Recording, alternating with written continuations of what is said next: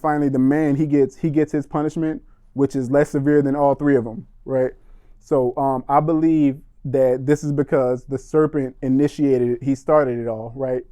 And he intended to do evil. The woman was deceived, so she didn't have wicked intentions. Like her heart wasn't evil or wicked, but she did lead her husband into disobedience, right? And the man, he was just following his wife. So he was led in the wrong direction, and that doesn't mean that he's innocent, right? He's not innocent by any means, but because he doesn't have that excuse, right? He doesn't have the excuse that he was being deceived or tricked like the woman.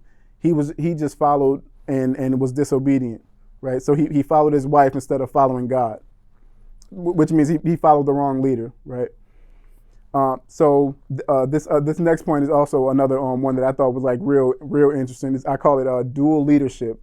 So another thing is that I noticed is I believe since Adam and Eve were created equal, if they never sinned, I believe that they both would take turns leading each other, right? Depending on the situation. Women would sometimes be the lead or the head, and men will sometimes lead. This verse leads me to it. It's Genesis chapter 1, verses 26 through 28.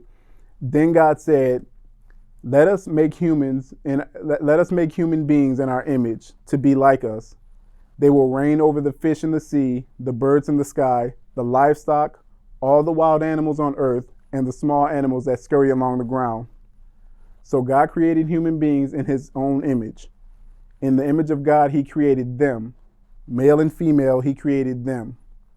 Verse 28. Then God blessed them and said, be fruitful and multiply. Fill the earth and govern it or subdue it. Reign or rule and have dominion over the fish in the sea, the birds in the sky, and all the animals that scurry along the ground. So even before God creates mankind, we see that his intentions is for them to rule and have dominion over the earth. Then once he creates them, then he gives them dominion and power and authority. So Adam, he showed that he had this authority, right? And this leadership when he named Eve. But Eve also showed that she had authority, and she took the lead because she ate the fruit first, and then she gave it to Adam to eat, right? So she took the lead. It was in the wrong direction, but it still shows that she took the lead, right?